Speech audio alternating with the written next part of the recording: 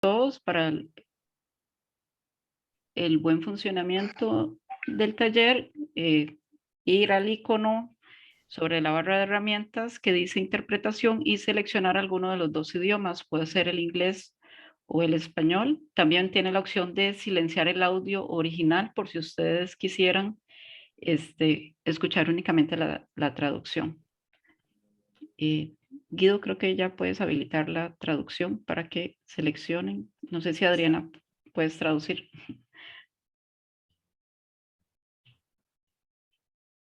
Ya está habilitado. Please don't forget to select the language. Your language preference is easier for the translator and for the event in general. Thanks a lot for joining us again today. So please select English or Spanish. You can also mute the original audio to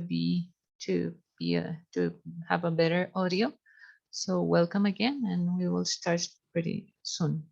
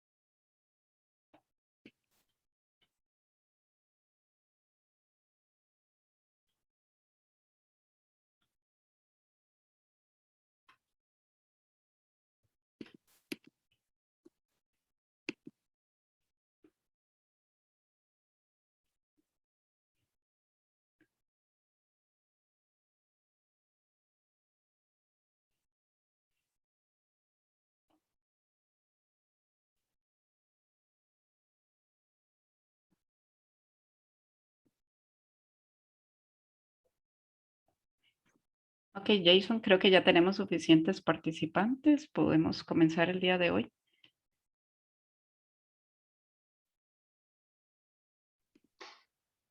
Okay, thank you. So welcome everybody to day number 3 of our training workshop on advanced concepts of Manual 224 of the FAO. This morning, we're going to start with just a few questions. Well, we can start to ask some questions if you have something in the chat from the presentations that Dr. Caldas gave yesterday. So if you have some questions, or you can raise your hand, we will be taking some questions to start with. Then Dr. Caldas will be continuing with her topic on the selection of supervised trials for estimation of STMRs, HRs, and MRLs, including the application of statistical methods. And once we complete that section, which we anticipate will probably end a little early with that, we can jump over to the session number 4, which is the evaluation of supervised trial data. And that's looking at the estimation of maximum residue levels and the STMRs and HR values.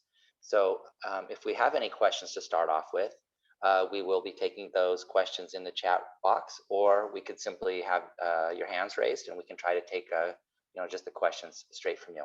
So I'll give you about maybe a minute or so, and we'll wait for some questions to come in, or raising your hand and we can get started.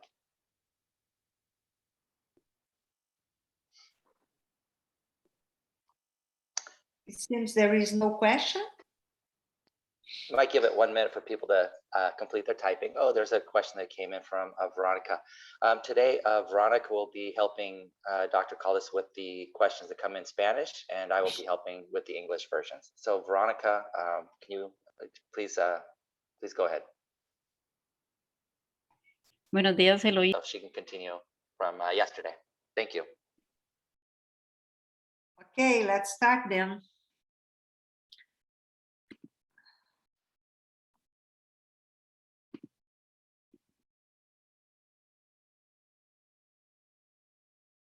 Oh, what did I share? Did I share the right thing? Probably not.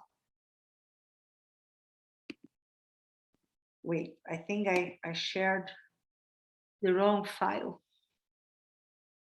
Okay. Okay, now it's correct. Oh, let me go back here. Actually, what I did, because section 3, as the way it was outlined in the program, they are very close related. So there is, it's not changing a subject. They are very close. So I kind of, yesterday I revised it and put here in the outline what was supposed to be in section 4, because really it's the same thing. We've gone through these yesterday. I think we've stopped here, right? Or here, somewhere here. So we can start by revising actually what we should look at each residue trial study, yes, to see where the study was conducted, the plot size, the equipment, the rate, the concentration, all the details about the field study itself, the sampling, if it was okay, if the right commodity was analyzed. I mentioned already the sample storage interval, so you have to check that against the storage stability study, and of course, if the analytical method used was validated. Normally, the criteria at the levels that they are normally, the LOQ now, it's around 120% recovery with relative standard deviation, sorry, this is wrong here, below 20%. And it's very important to look at the residues found in control plots, because if you, sometimes you do find some residues in control plots. If the control plot's not far away enough, it's very close to the treated plot, you can have the formulation from the air, so you can have contamination of the control plots by drifting, what was applied. So so how we need to consider, if you're going to discard that trial, if the control level is much, it's kind of close to what you find in the treated plots. But if it's way below, so we just decide that that what was found in the control plot really does not, it's really a drifting issue. It's not really, it will not contribute to the final residues found in the treated plots. So actually, normally in the residue tables, we don't have that information of the control plots unless there is an issue on the control plots. So normally when there is an issue, we put a C aside, meaning that day, because normally you may have residues in the control plot in only one day, yeah, not in every day. For example, when you have declining studies, you may have a control plot issue in only one single day in all those days. So you put a C. If you see a C beside the number, that means that there is residues were found in the control plot. And again, we will disregard that number if the levels found in the control plot is kind of similar or very close to what is found in the treated plots. So if you don't see anything in the residue table, it's just because there is no problem with the control plots. And normally in the studies, we look for the chromatograms of a treated sample and the chromatograms of a sample from the control plots. And from there, you also can see the magnitude of that. You can have an idea if there is really an issue with that sample. So here it's a table where we summarize, let me minimize these. It's a table where we summarize some issues. And I'm going to give you some examples of that. For example, sometimes you have PHIs 10 days, but then you have a value at 10 days, but then for some reason, what do you expect in general? is as the time passes, the residues decline. That's what you expect. That's why it's important the declining studies just to confirm that. That's what you have, or sometimes just plateau, or so that's what you expect. So sometimes you have a PHI of 10, for example, but for some reason, and maybe due to the uncertainty of the analytical method, at day 12, for example, the levels are a little bit higher. So you're not going to select the level at the PHI. You're going to select the first residue after that, any residue after that was higher than the residue level at the PHI. It's very common that the US, it's very common for US, Canada, analyze 2 samples from each plot. In this case, we take the mean of the 2 plots. And this is clearly written or clearly shown in the residue table. In Europe, most commonly is to find that you have 1 sample for each plot. But trials from US, Canada, we know that they analyze replicate samples. So you take the mean. Of course, if valid trials according to are not independent, and I'm going to show some examples, you take the highest residue from those plots. So replicate samples means different plots, you take the highest. I mentioned it yesterday, if you analyze, if the company or someone analyze the edible part separate from the skin, you take the residue in the edible part to establish HR and STMR. So the next point is about proportionality to adjust to the critical gap, and we're going to give a specific example with that. And also we're going to give some examples for the crop grouping or subgroup. If the residues at higher gap are all below the LOQ,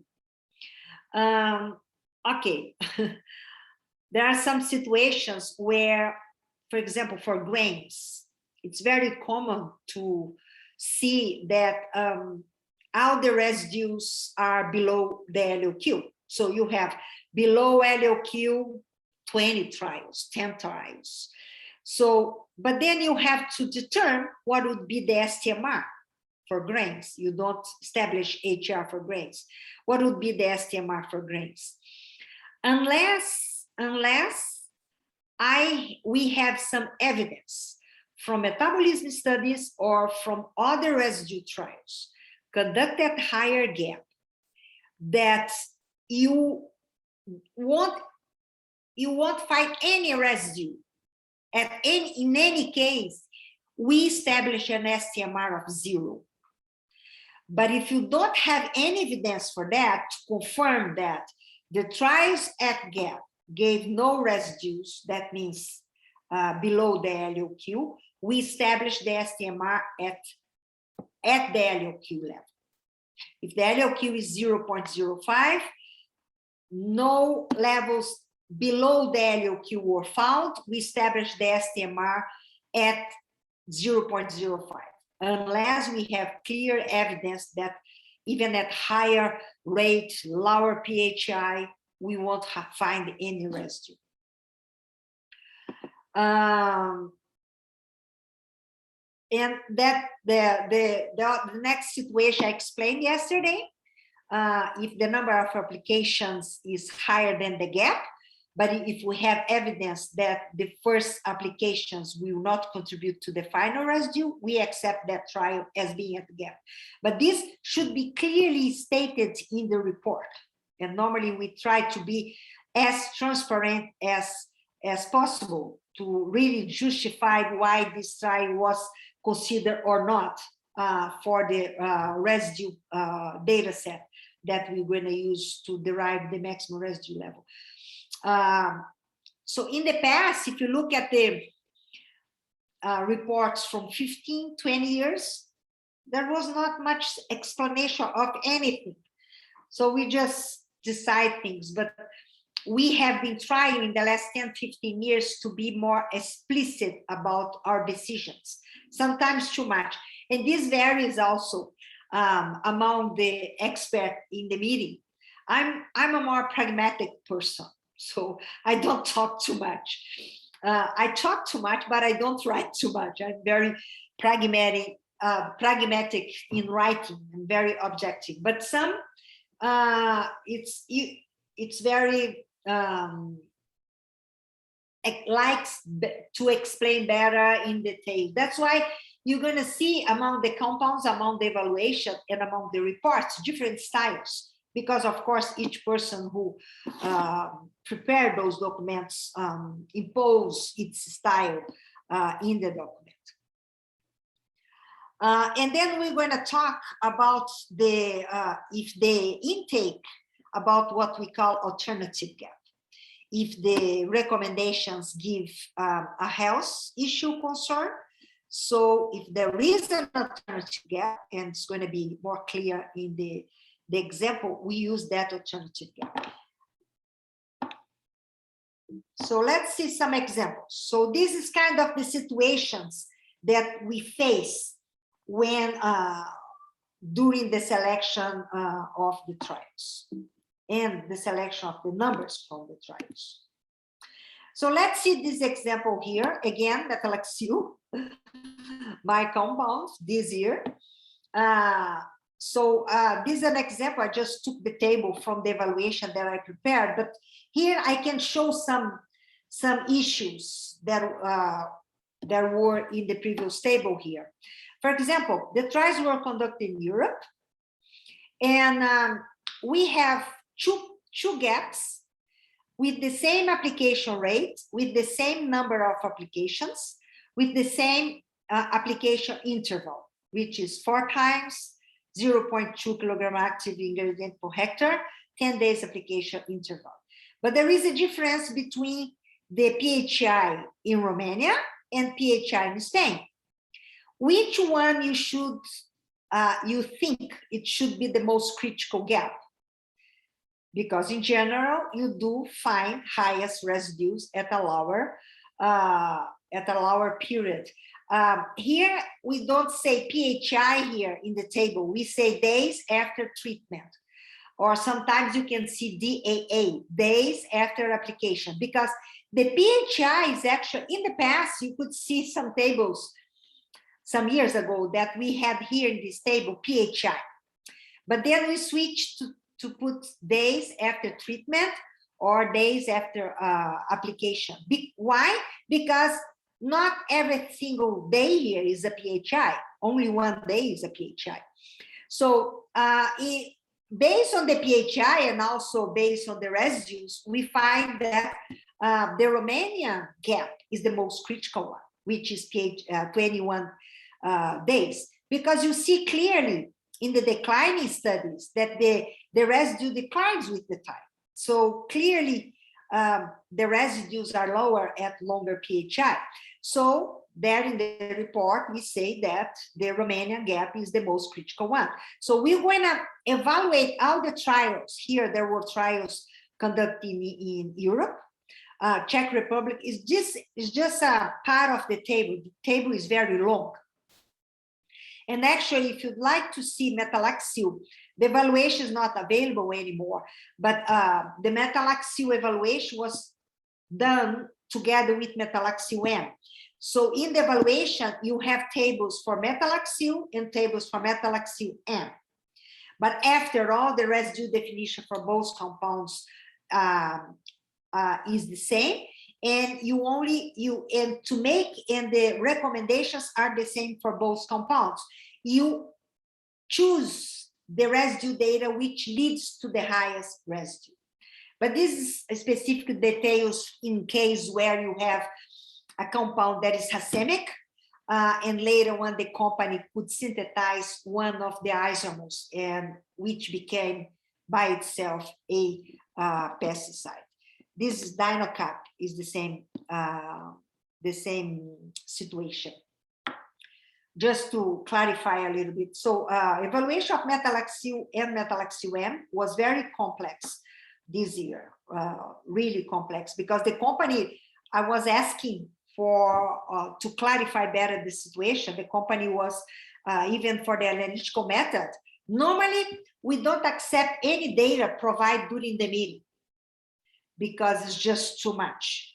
But normally I'm very open, others are not so open, because I think it's better to solve the problem if we can solve the problem at that year than say, no, I don't have enough data, so resubmit the data package next year. So this year for metalaxyl, they were providing information on the analytical method on some residue trials during the meeting for me. So it was very complex. But coming back here, so we have a residue table for grapes. Metalaxyl was applied in the field. And then to demonstrate that example where the PHI then is 21 days. So here you should look for the 21 days residue. In this first trial here, the residue at gap is 0.10. But see, for some reason, very close, the residue at day 26 was 0.11. So that's the number. I put an arrow here because I don't know if you see, but the values that we select are underlined because we, and then it's really clear in the evaluation which values were selected. We're going to spell them out in the report, but they are every single number that is written in the report, they should be underlined in the evaluation. So it's so the evaluation you can clearly see which numbers were selected. But sometimes the underline is very close to the line here. Maybe sometimes it's a little bit difficult. So here we choose the 0.11, not the 0.10, although the 21 is the PHI. So here the next study is 0.52. The next one is 0.11. You see that there is a decline in the study. That's why it's important to select the shortest PHI. And here, another exemplification what can happen. In France, the company performed in 2011 3 trials in the same region. And in that case, what I do, I go to the report to see if they were applied in the same period. Because, for example, if this trial was this trial was conducted in May, this one in July, and this one in February. So those are independent trials because you have different climate during May and July and during the winter time. But in this case, no, there were really 3 plots conducted at the same time. And in this case, as I mentioned here, I have to select one of them only. And I have to select the one which gave the highest residue. So from these 3 plots, I select the highest, the plot which gave the highest residue. So here you have those 2 points that were mentioned in the previous table. Here again, metalaxyl, gap in Spain, trials conducted in Europe. Again, this is just a part of the table. And here I want to show 2 things. In Spain, metalaxyl can be applied foliar, 3 times 0.2 kilogram per hectare, and also by dripping irrigation only once. Of course, clearly, the most critical gap is the foliar application at that level because it's 3 applications at 0.2. Although drip irrigation, it's lower rate, it's higher rate, but it's only once. So we choose the foliar sprays the foliar spray, because you can see here remember that in most cases, the critical gap, higher number of applications, shortest PHI, gives the highest residues. Sometimes it doesn't, but most of the case it does. And we can see it here. Although drip application has a higher rate, it really gave in the whole fruit no residues at all. But if you see the foliar application conducted at gap, yeah, both trials were conducted at gap, but which is the critical gap in stain? The foliar application. And what I want to show here is when actually you have the company analyze the peel and the pulp separately. So they peel the fruit, analyze the peel, analyze the pulp, and based on the weight of the peel and the pulp, they express the residue in the whole fruit, because this is relevant for MRL estimation. And this number will be used for STMR and HR estimation. It's very important to have for inedible peel fruits, mostly, that they analyze the pulp separately. Why?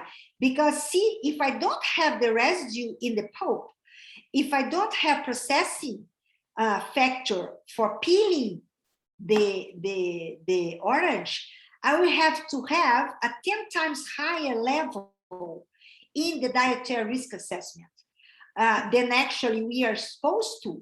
The pulp does not have any residues. But if I don't have that number, I'll have to use 0.1 in the dietary risk assessment. And we're going to talk a little bit more about that tomorrow and on Friday. But and the company knows that.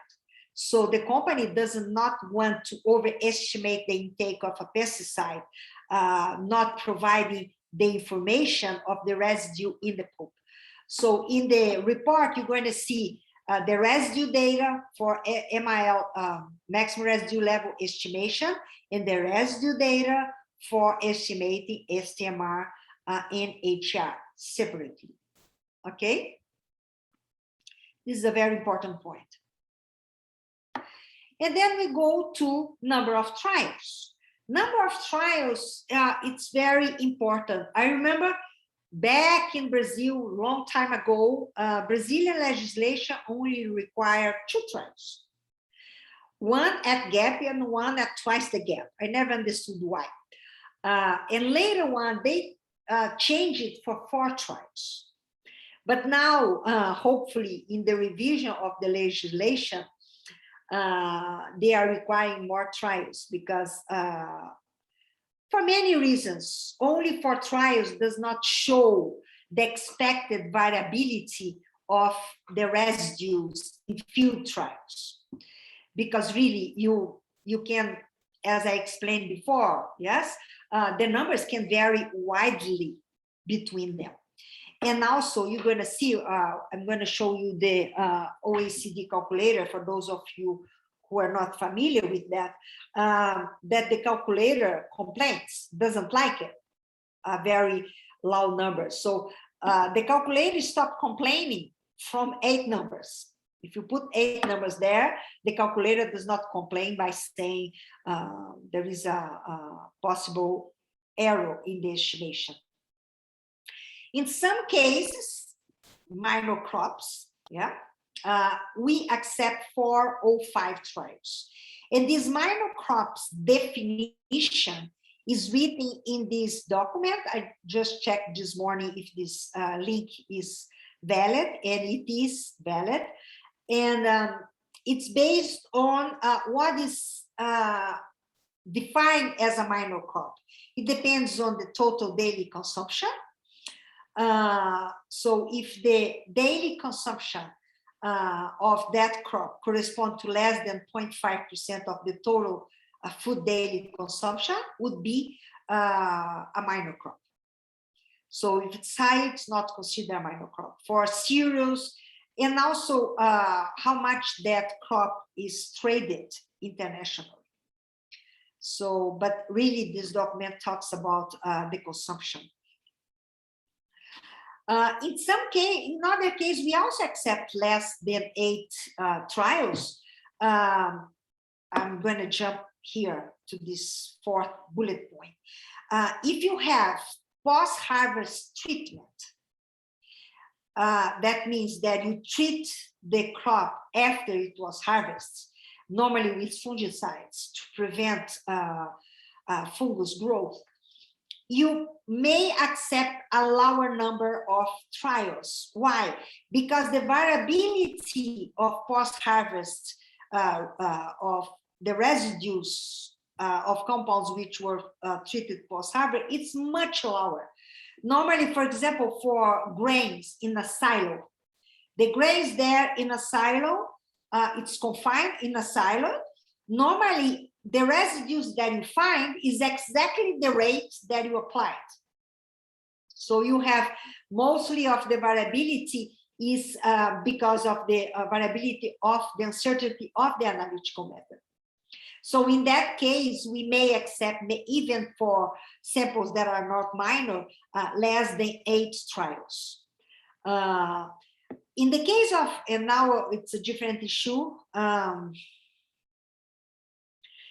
for glass house, because I should switch this bullet point here. For glass house treatment, again, I think I mentioned this before, in a field trial, you have the impact of that, the climate, so you should really try to apply the gap that is used, that was registered in a country nearby, although with the global gap concept. As I said, we are being more and more flexible regarding to that, but in general, for glass house treatment, we really don't care where the gap was, where the gap comes from, because you don't have impact of the climate, you don't have the impact of the soil, really the variability, and then we can pick, I don't know, a gap from Australia and apply to UK with no problem. There has never been a problem with the glass house trials, applying gap from anywhere in the world, from trials conducted at anywhere in the world. Again, we are kind of going toward what kind of global gap for samples with similar agricultural practice. We should try, but we should try to keep with the gap in the country or in the region. And if that is not enough, then we move to the global one or to another, to the gap from another country, because sometimes we don't have enough trials conducted at gap in that region or in that country. We may have 3 trials, 4 trials, 5 trials for a major crop. So it's not enough. So we go and look for using the same gap for trials conducted somewhere else. And if the residue population is the same, we just use the other data set. Although, again, this is becoming less and less important. But again, if you do have trials conducted in according to gap in the country in enough number, just use that one. Don't go and look for something else. And now I'm going to, this is the some points about the Oecd calculator. It's available. Again, as I said, at least 8 data points. And what it does, it based on the mean, that rule, that basic rule, it's the mean of the data plus 4 times the standard deviation. So that's how it estimates the maximum residue level at 95 percentile of the underlying residue distribution. And you're going to see, I'm going to show you with less than, with 2, it doesn't give you anything, of course, because mean between 2 numbers, it's nothing. You cannot calculate mean or standard deviation with only 2 data points. it gives you the message that higher uncertainty of that MRLs. And it also takes into account the numbers, the residue data below the LOQ. But again, if more than 50% of the data set is below the LOQ, it will give you that the estimation has a higher uncertainty. So I'm going to stop sharing here, and I'm going to share with you a Oecd calculator, so it can be clear. First, I have to open here in my computer, sorry. I have to close it.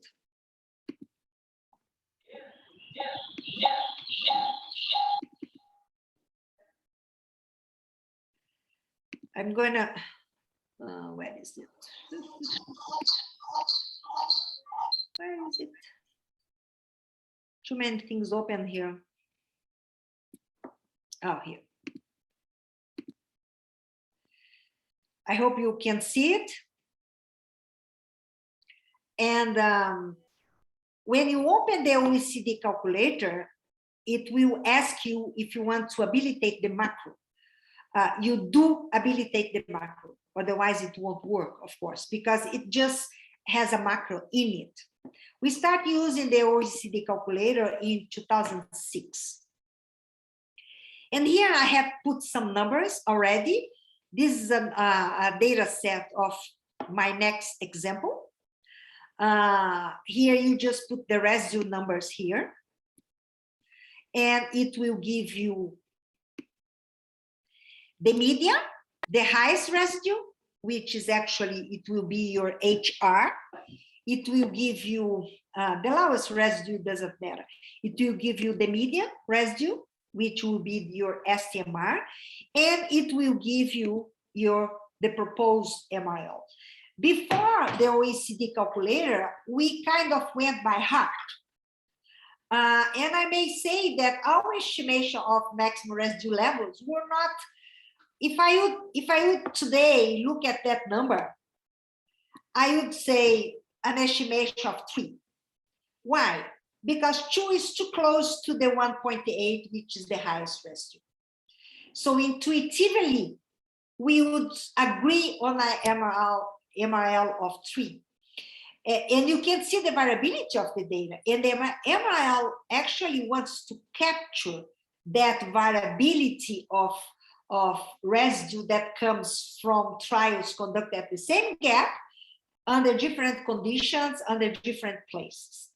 Because if you set the MRL too close to the highest value, you may have a farmer who applies the compound at gap, but the residue will be at higher gap.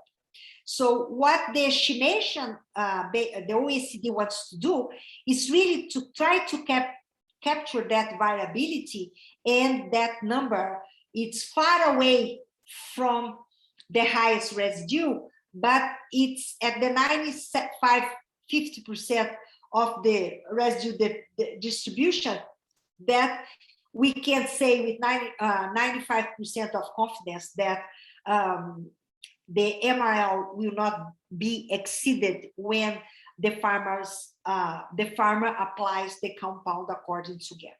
So that's the purpose of the whole thing. And again, without the Oecd calculator, I would set an MRL of 3. Sometimes not so clear. In this residue data set here, you don't have any value below the LOQ. Here, you have 2 values below the LOQ. And what you have to do, you just put a star in the next box, in the right box. Because when you put the star there, the calculator understands that that value is below the LOQ. So in this data set here, it has among how many values? 12 numbers. It has two values below the LOQ. This one is at LOQ, and the recommendation was 0.2, highest value 0.11. But look at this data set here, 12 numbers. But how many numbers below the LOQ? 1, 2, 3, 4, 5, 6, 7, 8 numbers, more than 50% were below the LOQ. It will give you an estimation, but it will highlight that there are high uncertainty of this estimation. So what can you do?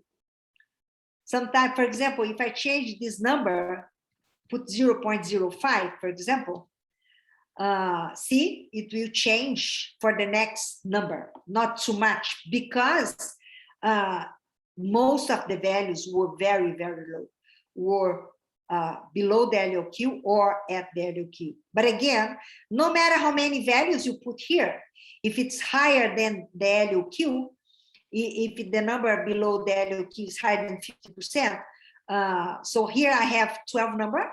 If I put a little bit more number here, 0.1, 0.2, it will get to a point that it won't give you that answer anymore, I hope.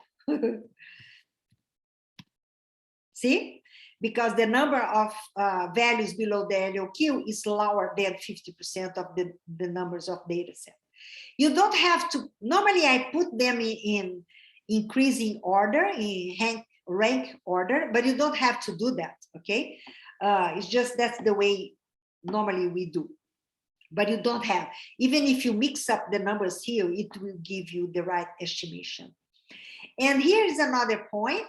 When the numbers are too low, here the numbers are enough, but here the numbers are too low. Yes, here we have a situation where the number of below LOQs was too high. Here the number are too low, 3. It will give you an estimation, 1.5. But see, if the number of data points is too low, it will give you a very high estimation of the MRL to give place for the variability that the numbers itself could not catch.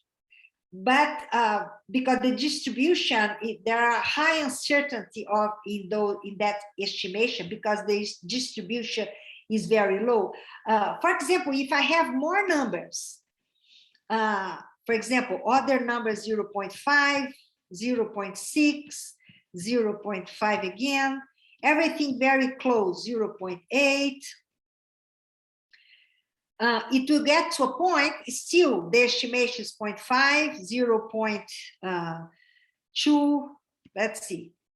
See, here I have 8 numbers. The estimation is still the same, could be lower. I don't know why it did not change it. Should have changed it. I would expect a lower estimation, but anyway, but it does not give you any uncertainty message. Actually, I would expect a lower estimation of the MRL here. Let's see if I start fresh. MRL calculation is not possible. Gave an error here. Let's see here. I'm just finding this estimation just too high.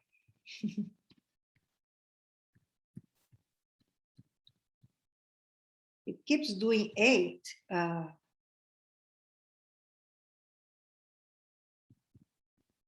Oh, I know, because I had a high number there, 0.8. I understand. But if you decrease the numbers here, it will give a much higher level, but with a much higher uncertainty. So that's the point that I want to make. So that's the OECD calculator. Now we can go back to our presentation and see some examples. So this is an example of a compound X. Actually, I did not write the compound here. In peppers, sweet peppers. 19 trials were conducted according to GAP in Spain using soil application, PHI of 3 days. So those are the residues. A lot of data, but you see the range, the LOQ here was 0.008. So it goes below 0.08, many numbers, up to 0.16, soil application. 10 studies were conducted in USA using foliar application, though this is the critical gap, because foliar application, of course, leaves more residues in the plant than soil application. So this is expected, and the residue data set shows that.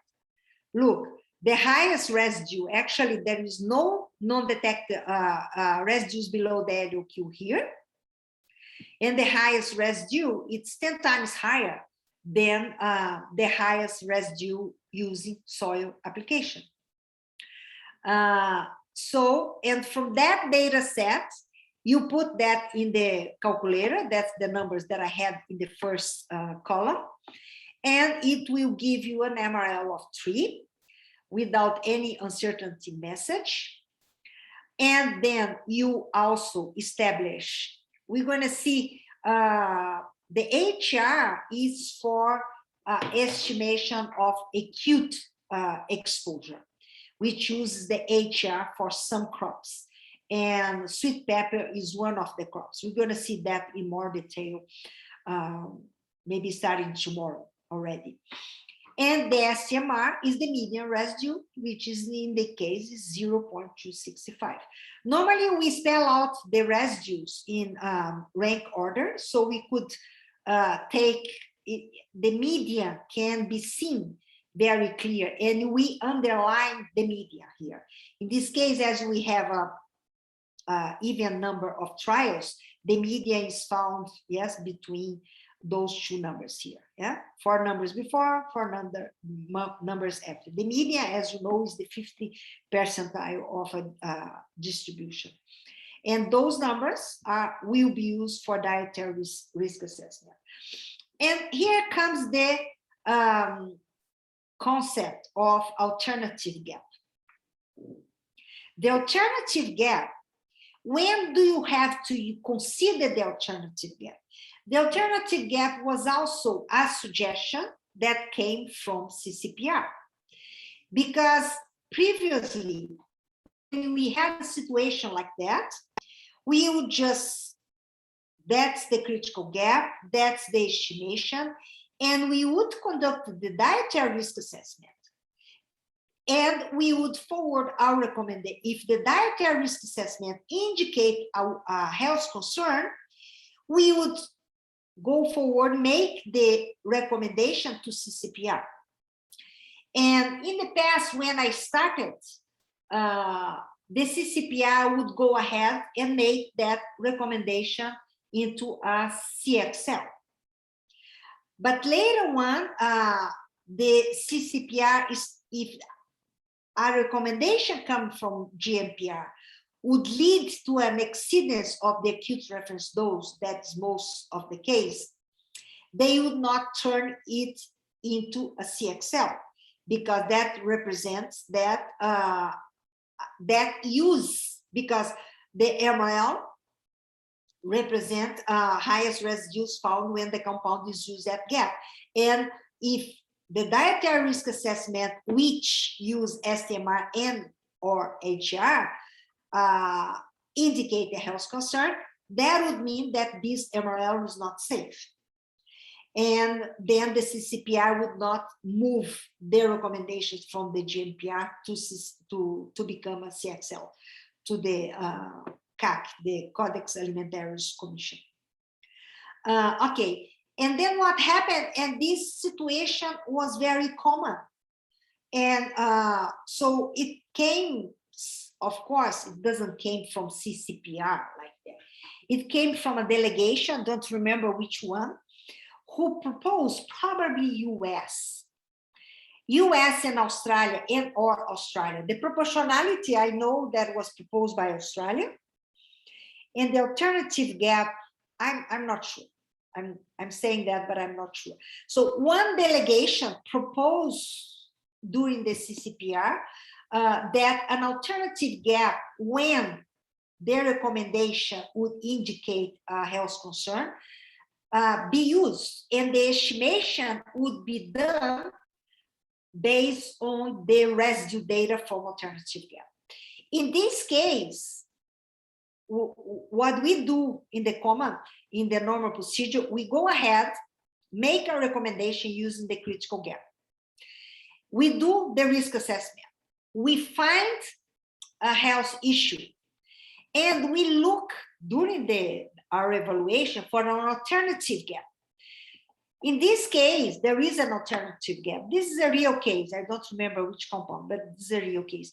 In this case, there was an alternative gap. So what we do, we disregard these, use these, and estimate a new STMR. Here, 19, so 8. An STMR would be 3. Would be 0.008. Very, very low. The HR would be 0.16. This is what is used for acute exposure for sweet pepper. And probably these numbers will not going to lead to any health concern. And the maximum residue level probably in this case would be 0.2, mostly would be 0.2. That means less than 10 times lower than the maximum residue level that we would reach with the critical gap. So with that, the Codex Alimentarius found that this was good for them because they would move more recommendation to become a CXL. But the point that I always made here was that, for example, if we establish here an MRL based on the Spanish gap, the farmers from US, they cannot, if they are concerned about the Codex MRL, the MRL of 0.2 will not going to cover the users, the gap use in US, because the gap use, the legal gap use in US leads to a much higher residue. So we do have a residue. It may be a problem for exporters as well, which use foliar application, because definitively foliar application gives higher residue. So this MIL will cover the soil application, but will not cover the foliar application. But that's what CCPR, which is the manager, CCPR is concerned about trade. And they found that was a good suggestion, a good way out of it. But sometimes during the meeting, we found a health concern. We look for an alternative gap. There is no other alternative gap. There is no other residue data according to gap, which would lead to lower recommendation. We go ahead, we make our estimation. The estimation is in the residue table, in the recommendation table at the end of the report, but the CCPR will not transform that, will not accept our recommendation, and this will not move throughout the system. It will stop at the CCPR. It will not going to go to the CAC, Codex Alimentarius Commission, to become a CXL, okay? But the information is there. The dietary risk assessment information is there. It shows you the exceedance, and but the manager is up. We are risk assessors at GMPR, so we do the best with the available data that we have, and it's up to CCPR, which is the manager, to decide what to do with that. So sometimes what happens is that when there is an exceedance, so a company may decide to submit data in using an alternative gap, and then in the next meeting we could consider that data and then replace the previous estimation for an estimation which does not give a health concern. We're gonna do some examples on how this could be refined later on. And that is an example of proportionality that we mentioned that. I talk a little bit in theory, but here it's a real number, picoxstrobin from the 2019 GMPR. Critical gap is in USA for cotton. That is the gap, 5 days interval, PHI of 7 days, but no trials were conducted in the US according to this gap. Because what happened is that the company sometimes run the trials, but then the gap, it's another gap that is approved. So the trials, the company had those trials, had the gap, but the trials were conducted using 0.5 kilogram per hectare. But the use that was approved was 0.22. And the trials were conducted 2 times 0.5. So what we can do, there was an approach that was suggested, and we use that routinely now, really to make the best use of the data provided and to see if we can make any use of that. So we apply the proportionality. Basically what we do here, the rate is higher. The rate used in the residue trials is higher than the gap rate. So we should multiply. So we do this factor, 0.22, which is the gap rate, divided by 0.5, which is the rate used in the trials. It's 0.44. What we have to do is to apply, and those are the residues from the trials conducted at 0.5.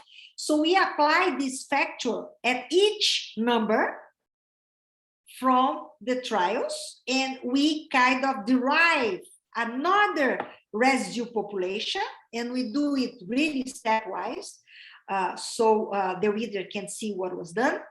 And we have a different residue population, and it should reflect the residues at gap. And from that one, we estimate a maximum residue level of 2 milligram per kilogram based on that residue population, and 0.205 for STMR. Actually, this sentence here is not relevant. Oops, what happened?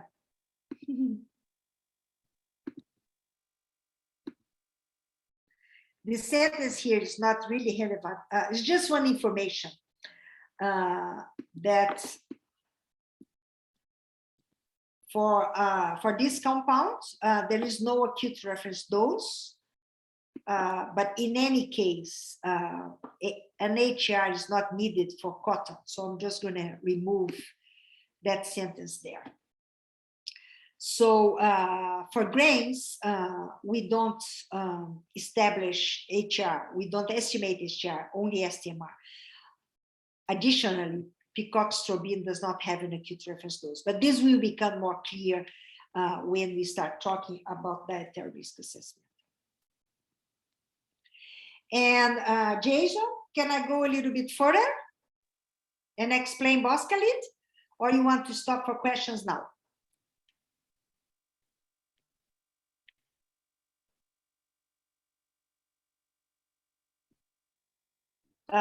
Hello? Jason, we can hear you. We cannot hear you. Okay, I'll go forward. I'll go in this last slide before we go for some questions. And then what about Boscalit?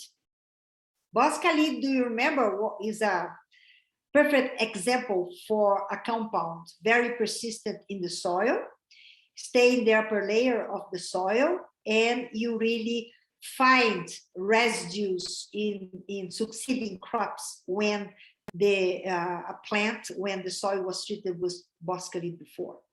So, and then when we evaluate Boscalit, the residue package for Boscalit to estimate maximum residue levels, we should consider that, as I mentioned. How we should consider that?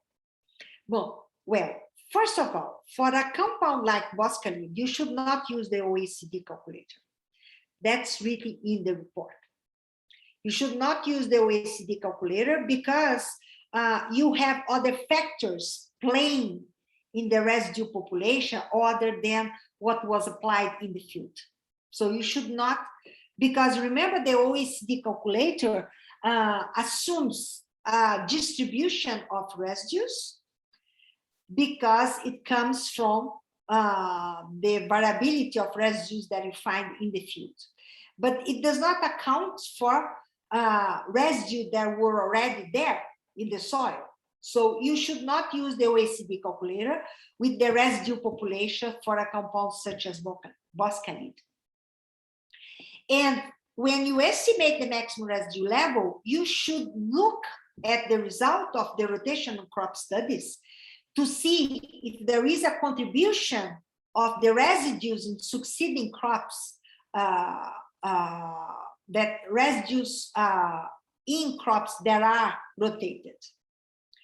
And there are, you can find two situations. Yeah, I got this from the boscalid report from 2009. There were many crops where the levels found in rotational crop were very low. That would not compare, of course, to the residues found in the residue trials. So even if there is a contribution, it's very, it's not significant compared to exactly what you find when the trials are conducted according to GAP. So this is, there are many examples. Actually, most cases, it does not contribute. So I just pick up one case, residues in dry beans and dry peas. They were statistically similar, so they were put together. So I just summarize here. The data is put together. Beans and peas, they were the same residue population. And succeeding crops, residues in alfalfa and soybean seeds, which were extrapolated for dry beans. Again, you don't have succeeding crops for each crop. So you take what is most representative for that crop, and in this case, soybean seeds. And what they found was most of the residues in succeeding crops, or in soybean, which was planted after as a succeeding crop, like dry beans and dry peas would be, most of the residues were below the LOQ of 0.05. So the conclusion of the meeting was that residues coming from previous crops does not affect the residues found in dry beans and dry peas, the dry peas when they were applied according to GAP. So you just don't care, but you still don't use the OECD calculator. In this case, a maximum residue level was established, I forgot to put here, of 3, but this was estimated, like there is a sentence saying that this was a long time, over 10 years ago, I don't remember very clear, but there is a sentence that is written there, there is an MRL of 3 kind of estimated based on the residue population, not using the OECD calculator, really reflect the situation of the dry beans and dry peas. And in this case, the recommendation was for posts, yes, which contains dry beans and dry peas. And in the case where the residues coming from previous crop really affects the residues from succeeding crops. That's the case where carrots, data on carrots, and potato. You see in carrots, potato, none of the trials, 16 trials, nothing gave any residue. But carrots, it ranged from below 0.005 up to 0.34. And succeeding crops in many tubers really gave residues. And here I just brought the numbers for carrot. Carrot, which was planted after another crop that was planted before. So carrot was succeeding a previous crop. They found a mean residue of 0.13 and the highest residues of 0.37. Look, 0.37 is higher coming from previous crop. It's higher than actually what is left when the compound is applied according to gap. So we do have to consider that. And the mean is 0.13. So how the meeting dealt with that? It estimates an MRL of 2 based on a highest residue of 0.71. Where this 0.71 came from is 0.34 plus 0.37 is 0.71. So the HR should consider this highest residue, 0.71, not 0.34.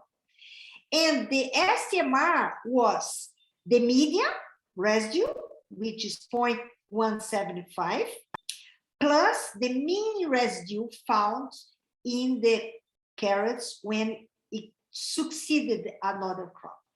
So the STMR is 0.305. So this is a very clear example where actually the succeeded crop really was affected by what was planted before the crop. So it's 12:30. Maybe we should break now for 10 minutes. Yes. Jason? Yes. Can you Jason, hear me now? you are muted. I'm still muted. I Not can on hear mine. you. I You can can hear hear me? you. Okay, Yeah, I thank can. you. So what he says is that we will make a break, have a break of 10 minutes and then start with questions. Is that okay? Yes, yes. So we'll be back at 12:40, right? Because in my watch here, it's 12:30 now. Okay, yes, in 10 minutes. So we take 10 minutes from now. Okay, Correct. So we come back in 10 minutes with the questions. Thank you. Yes. Right. Thank you. you.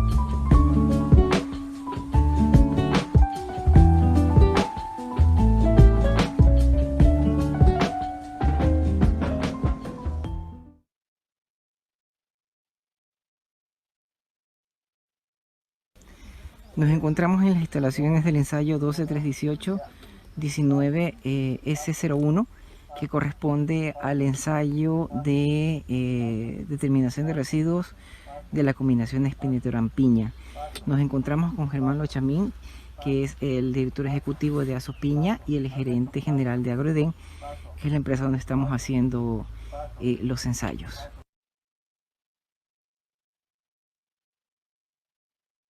Productores formales en el país, para llamarse exportadores deben cumplir con sistemas de gestión, certificaciones que avalen un producto inocuo. De las certificaciones estamos hablando de buenas prácticas agrícolas o Global Gap, que es el requerimiento mínimo para poder exportar.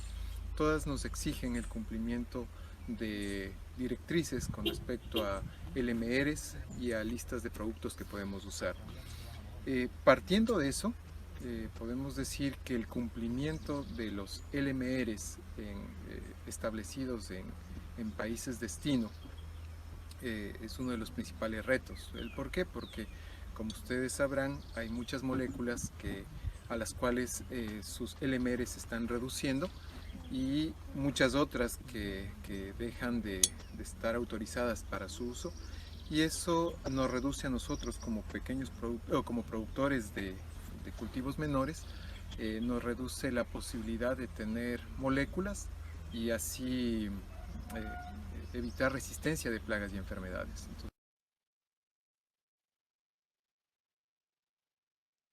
son muy importantes.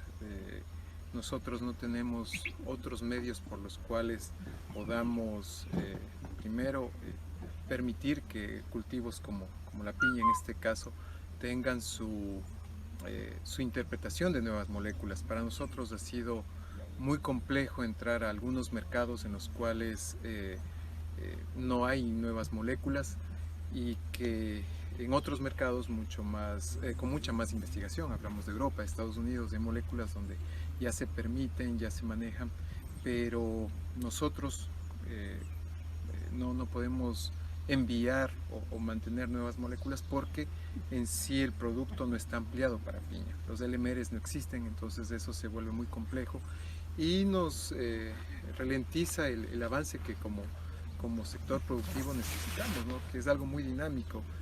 Salen moléculas, tenemos resistencia de plagas, tenemos que siempre estar innovando y buscando evitar la resistencia de plagas. Entonces, el tema de que la fundación apoye con estas investigaciones son muy relevantes, ¿no? Sí, es importante no solo apoyar desde nuestra parte productiva, sino procurar que esto se profundice y lo hagamos mucho más.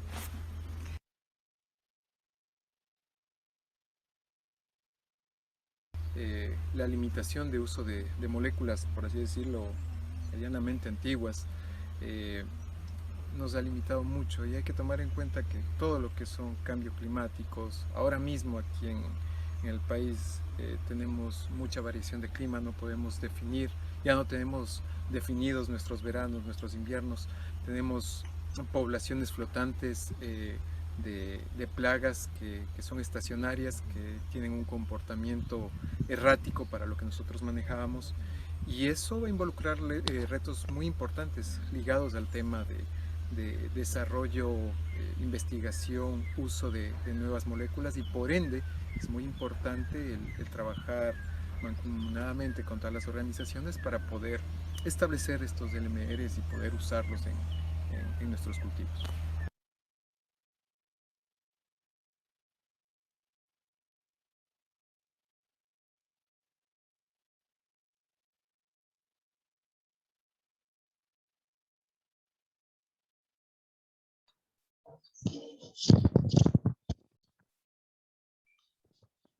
Ya estamos de vuelta.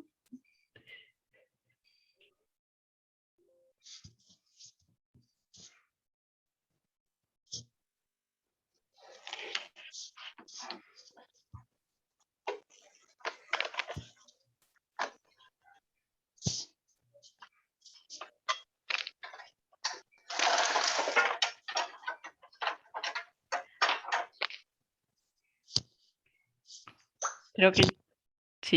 si ya estamos todos, si Eloisa está acá, podemos continuar con la sección de preguntas. Jason, ¿puedes escucharnos bien? Si no, yo puedo comenzar con las preguntas en español.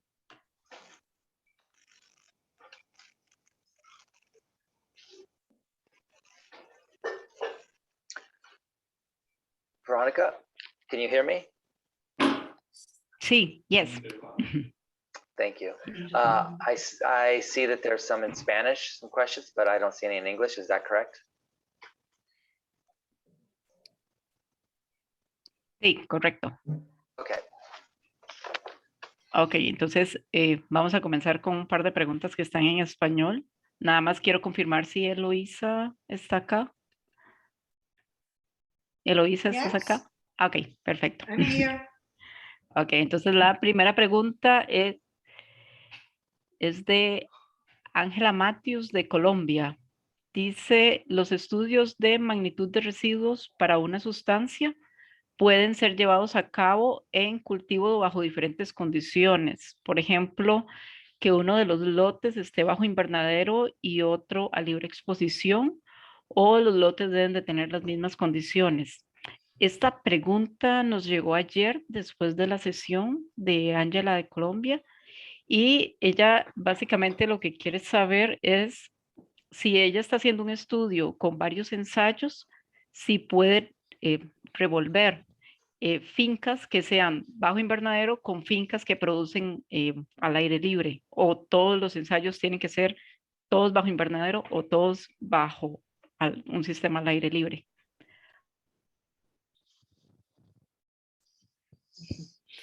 No, she cannot mix the residues, the residue data from a field trial with a greenhouse trial. In most cases, actually, because there are different uses, completely different uses, in most cases, greenhouse data gives highest residues. So you should not mix up unless you show very clear they belong to the same residue population, which is very rare to happen. There are different uses. You can run both, yes, but greenhouse data gives highest residues. You cannot mix both numbers. Ok, perfecto. Creo que fue bastante claro la respuesta. Tenemos otra pregunta de Ivania Morera de Costa Rica. We should.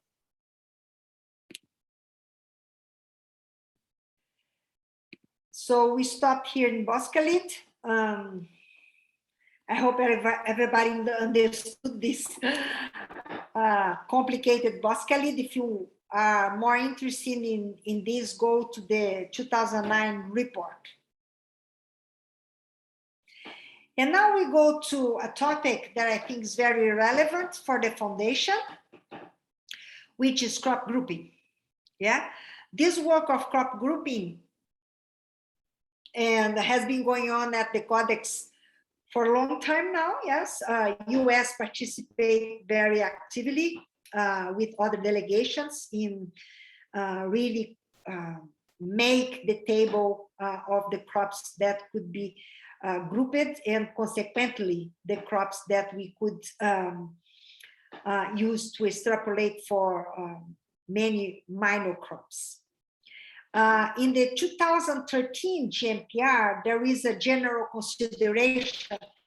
Normally, the FAO manual, the last FAO manual, was published in 2016. That is 5 years already. But and it reflected all the general consideration and approach that we have decided up to 2015, probably. We have changed or refined some approaches after that. So we kind of need an update of the FAO manual already, because it's been 5 years. But in 2013, and this is reflected in the manual as well, there was a general consideration in the GMPR report that really spell it out, but I like better the text from the GMPR report than from the manual.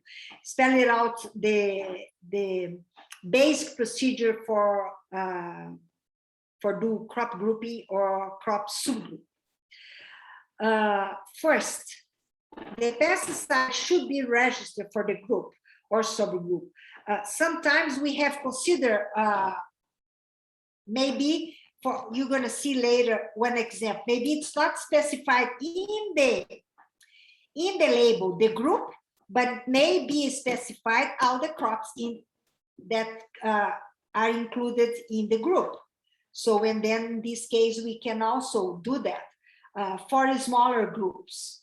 So you may, some gaps, for example, in some countries do not specify the group itself or the subgroup, but spell it out each crop in that group. And then we're going to see some example. It will be clear. You take the residue data from each crop for consider if we can make a recommendation for the group or the subgroup. You take the residue data, compare the medians of that residue data. You do two things actually. You have to group, you have to put together in some cases the residue population, and you cannot put together things that are not similar. So you have to compare the medians to see they are within that range, and also to see if they are statistically similar using the Kruskal-Wallis test, to put them together into a single residue population, and then you can make a recommendation for the group based on the residues of the single crops. If you have different crops into the group, they are not similar statistically, you take the highest. So again, the same principle of the critical gap. You always try to take a residue data set that would lead to the highest maximum residue level, which would cover all the other uses. In this case, the uses on the other crops. And also you have to look at the number of trials of each crop. You should have adequate number of trials for each crop. In this case, we talk about the representative crop. And sometimes the residue population is similar between two, you combine them, but one of the crops is completely different. So you exclude that crop. And sometimes also the gap includes, for example, let's say if the group has 6 crops, but the gap specifically exclude one of them. So your recommendation also will exclude one of them. It's very common to see the recommendation for one group excluding something. It's common to see that. Okay, we're going to show some examples, and I hope this will be clear, these issues here. So this is the document from the CCPR. That document there, you can find it at the internet. That's the latest document. This is, I'm going to show you for fruit and vegetables. And currently they are discussing the feed items. I think the feed items, they're finalized. And I think the grains are not still finalized. But the group commodities, maybe you should know that better than I do, that is really finalized are the groups for the fruits and vegetables. Some examples, you all know about it, most of you in the foundation, the group citrus fruit. And what I want to highlight here, the whole group contains many, many different crops. Some of those, I don't even know what they are, because that was the whole process. The countries submit their proposal, yes, for very special crops that were produced sometimes only in that specific countries. I can identify some crops, really minor crops, that are included in some groups here. And I'm sure some of you in Latin America, in Asia, they have some specific crops that they were included. And this is important because the company, they will never, you know that, will never spend money in conducting studies on very, very minor crops that are only of interest for some countries. And they are not also traded a lot. So that's why this whole thing of including many crops into a group was so important. And we used to do crop grouping before, but we did not have before this extensive list of crops in each group. And what I want to make it clear here is that sometimes you cannot make a recommendation for the whole group, but you can, because sometimes the residues populations are very different, but you can do for subgroups. So for groups of lemons and lime, which has only one representative crop, for example, if you have only residues in lemon or lime, you make a recommendation for that subgroup. But look, you include many, many minor crops, so it's good. It's good. So you gain from that. Yeah. For mandarin as well, only mandarin. But look, there are other crops. For orange, only orange, but there are kind of three kind of orange that you can include in the group. Pomelo is just grapefruit or pomelo. It's not such a big group. And the same for palm fruits, it's just apple or pear.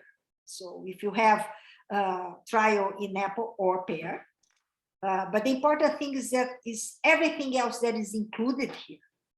Yeah, and that's for stone fruit as well. So there was a very gain, was a huge gain for countries which grow very delicious and strange fruits. And here is the group for brassica. There is the large group, brassica vegetables, except brassica leafy vegetables. And those are the representative. You have to pay attention if the word here is and or the word is or. So here you basically need to have broccoli, cabbage, or Chinese cabbage, and Brussels sprout and koabi to make a recommendation from this large group. Most cases you don't have for everyone, so you go to subgroups. For example, you can, if you go, I'm going to give you an example, broccoli, data in broccoli and cauliflower, but in this case, it's not fun because that's the only crops that are in the group. But other crops may be added later, yeah? And just another class, there are many, that document has many, many pages just to illustrate here. For fruiting vegetables other than cucurbits, tomato, for example, it's a very important crop. Tomato, it could be one cultivar of a large variety and one cultivar of a small variety. Now here in Brazil, in the past was not so common, but it's very common to have those small cherry tomato, very common. So, and you have a much bigger surface compared to a tomato like that, which can, and normally the residues in cherry tomatoes are higher than large tomatoes.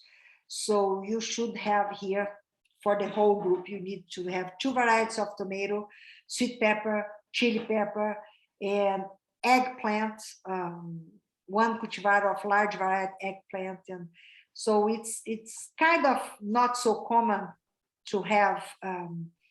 In the past, we did not have a clear direction of what would be the representative crops in the past. So even that example, if you look at the 2009 Boscalid report, you're going to see many group extrapolation that if we would look at that today, we would not make a recommendation for the group. But that was 2009, yeah? And now, although there was an increasing number of crops that were included in each group or subgroup, really today, because of the restriction of the representative crops, sometimes it's more difficult to extrapolate than it was before. And then you have the group of tomatoes, see, a lot of small things. So just some parts of that big document. And then I brought here some examples. Citometolen, some names of those pesticides, very, very weird. In citrus fruit, that was evaluated in 2014. And I just brought here the group here, the whole group. And there was a gap in US. The first thing you have to see if there is a gap for the group or if there is a gap for all the crops in the group. For these big groups here, yeah, with all the, it's very difficult to have a gap that would spell out everything, single name here. But here, for this compound, the registration was for citrus fruit. There was data for orange. So this is the data for pomelo, and data for lemon. So we basically have data for our representative groups, our representative crops. And we have enough data. We have 5, 6, 11, we have enough data for them. So we can check first if the median are within the 5 times rate ratio.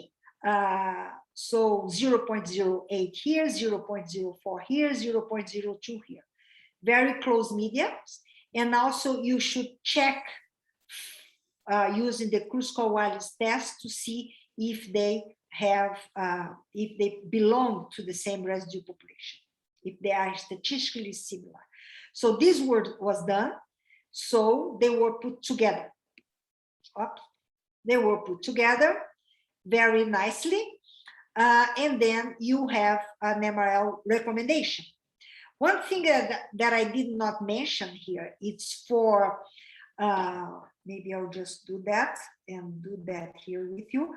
For acute exposure, you need the STMR and HR for each crop.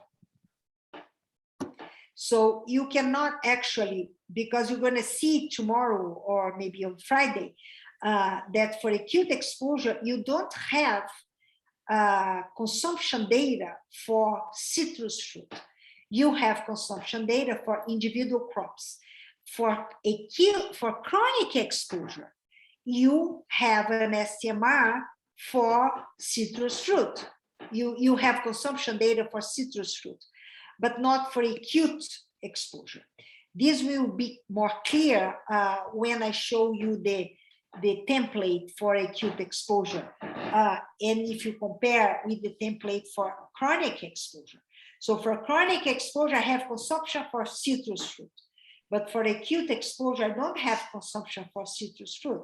I have consumption for individual fruits. So that's one point that it will be clear, more clear in the next section. So that was a fine example. We made a recommendation for a large group, citrus fruit, which is very important in international trade. Another trial, in this case, we could not reach a conclusion for the whole group. It's pesticide A. It's not named here. So we have trials. I did not specify the country here, but they were all matching gap, critical gap. So we have trials in mandarins, orange, lemon, and grapefruit. The data for mandarin, orange, and grapefruits they are not statistically different because the median are similar and they can be put together. But look at grapefruit, it's completely different. Look at the median for grapefruit here. The median for lemons, orange, and mandarin is close to 0.2, but the median for grapefruit, for some reason, it's a larger fruit, is 0.004, so much lower. So I cannot include the grapefruit here in this residue definition. So the meeting decided to make an estimation for the citrus group, except the subgroup. Look here, maybe to be clear here. You see, there is a subgroup, pomelo or grapefruit. So the recommendation was for citrus fruit group, except this subgroup. And for this subgroup, the estimation was based on the residue for grapefruit. So everybody was kind of, an estimation was made for everybody.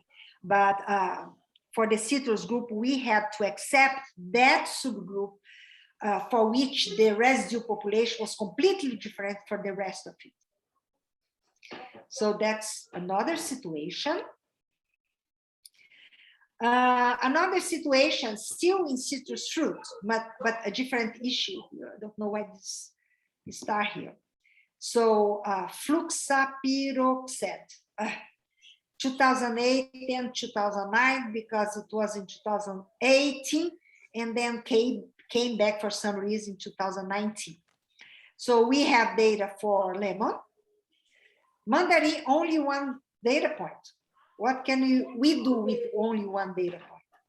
Mandarin 7, no, lemon 7, orange 10, large data set, I think, yes, and grapefruit, 5 data set. And in this case, this is relevant, that's why it's separate here. This fluxapyroxad only, this is for enforcement. The residue definition for enforcement, in this case, it's only the parent compound.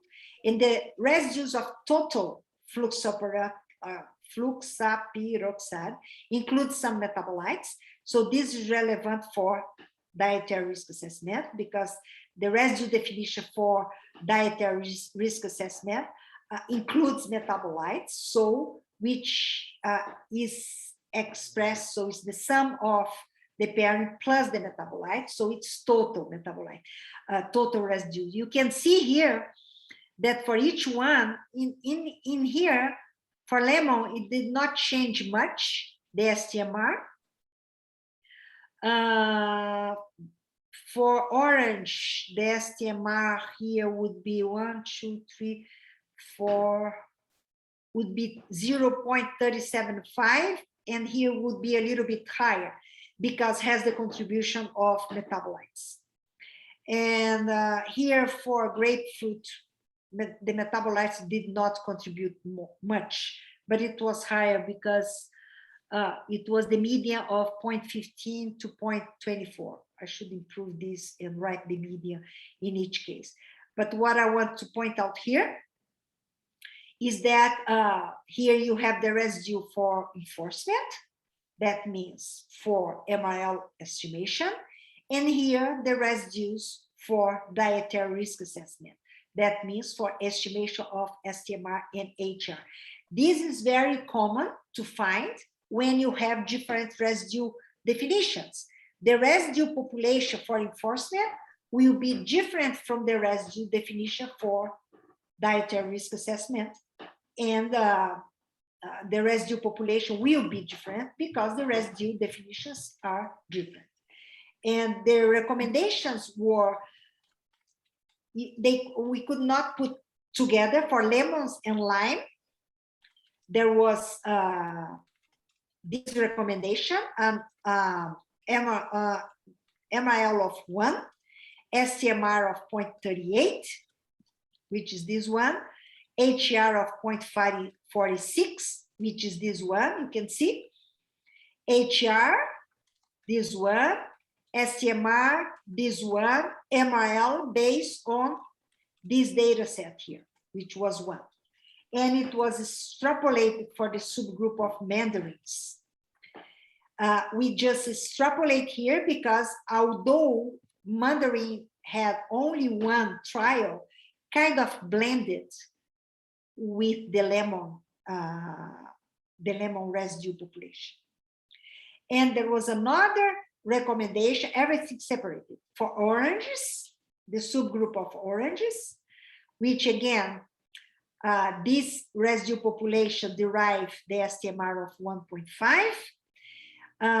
The maximum residue level for 1.5, the STMR of 0.395, which is the median of those, the median of those 2 levels, and the HR is this value.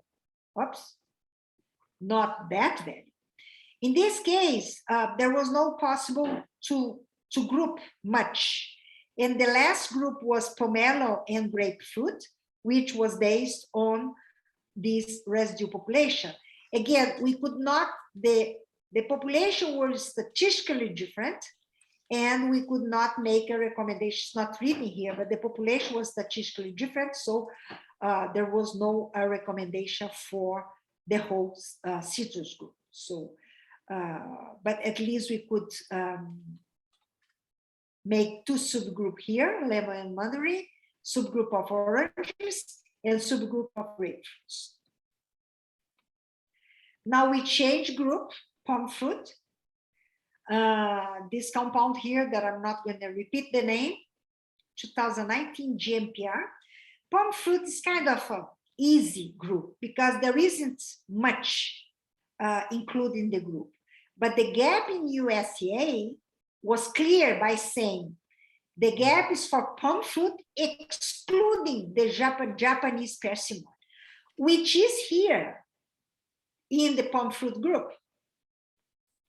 But specifically for some reason, the gap in the label explicitly exclude that crop which belong to the palm fruit group. So what can you do? 20 trials were conducted in USA and Canada. Apple, this is the residue population, Pear, this is the residue population, and this is a kind of weird case because the medians are very similar, are basically the same, but when Kruskal-Wallis test was performed, they just are different population. So we could not blend, combine those 2 residue population, but we use the residue population which gave the highest residues, which is pear, which higher residues is 0.014, and we made a recommendation for the palm fruit group based on the pear data, but of course, as the gap excludes Japanese persimmon, the recommendation was for the palm fruit excluding Japanese persimmon. So I think the Japanese were not very happy with that. So that's another specific case. In the last case is metalaxyl in head brassica. Again, from this year evaluation, just changing from fruits to vegetables. There is a subgroup of flowered brassicas, which is composed by broccoli, could be partially replaced by cauliflower. I don't quite understand what it means, but in any case, the group is only broccoli and cauliflower. And in this case, the Spanish gap does not specify gap for flowered brassica. It specifies gap for broccoli and cauliflower, which are the only crops in the group of flowered brassica. So here you have the residue for broccoli, the residue for cauliflower, the medians are closed, and there are similar residue population by the Kruskal-Wallis test. So we put them together and made the recommendation for the group of flower brassicas in this case. For this evaluation, we had also data for the other crops from the brassica group, but they were from completely different residue population. We had data for cabbage, for Brussels sprout, but they were different, so they were not included here. So those are some examples that I brought. Again, so nowadays, you're going to see in the old evaluations, previous evaluations from 2000, maybe 2013 or 2012, before that, using different approaches because we did not have a really clear guideline of what would be the representative crop. And the work of GMPR, it's all the time in progress. And I think that happened also at national level, although maybe at national level things are maybe more difficult because it depends on the legislation. And at GPR, it depends of a small group to agree on an approach. And the group is pretty small. Now, additional people were added. New people had come to the GPR. Lately, in the last year, actually, people who had been part of the training course. There was one training course in Ottawa in 2017, and we had an extra meeting in 2019 in May, where some of the people from the training course were selected to participate in this extra GMPR meeting. And these people who kind of performed well in the training in the extra meeting were invited to participate in the GMPR, and they were there this year. So the group now it's a bit larger than it was before. It has almost 20 people, but there were times where we were only 12 or 13 people. And some of those people will remain, we don't know. And some of those new people will go away. And the old people like me, not old in age, I don't think so, but who has been there for a long time. So we need to leave and leave place for new people to come. What I mean is that we discuss new procedures and new approach that come also from national governments and approach from EFSA. And that I say that happened from the residue part in the FAO group as well from the WHO group. So it's a continually, so, and maybe things that at GMPR progress more rapidly than at national level, who actually depends on legislation sometimes. So now I'm going to talk, some people ask about processed food, which is very important, even for international trade. Or it's 13:35. Do you have questions or should we keep going? Jason, what do you think? Yeah, we do have a few questions in the chat box. Jason? So can you hear me? I don't Eloisa? hear you, Jason.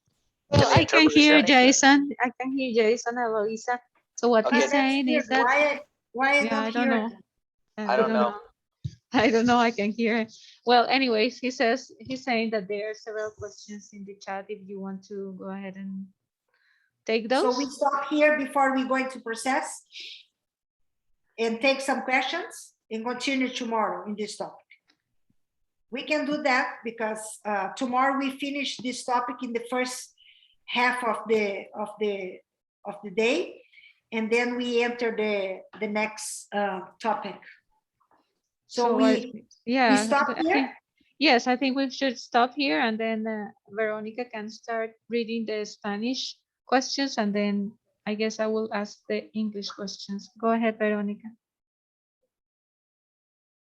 Ok, creo que la primera pregunta que tenemos es de Jacqueline. Extendemos una cordial invitación a que si ahora, después de la sesión, se les viene una pregunta a la mente, pueden enviarla por correo electrónico o apuntarla para mañana y con gusto la doctora Eloisa las va a contestar.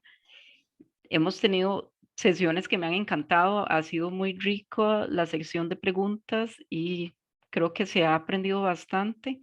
Les agradezco, han sido un público excelente. De parte de la Fundación estamos muy felices de estar hospedando esta actividad. El viernes queremos tomar una fotografía que como generalmente se hace en las actividades presenciales, solo que una fotografía virtual.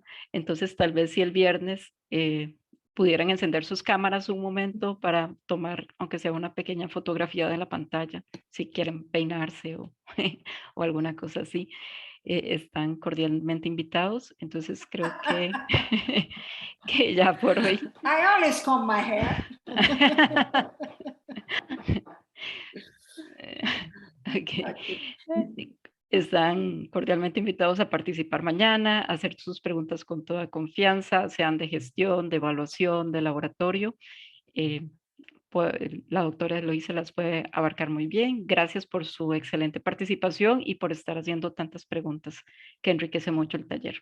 Y pasen un bonito día.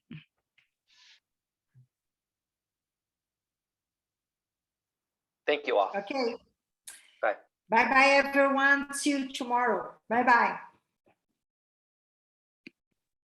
Hasta luego.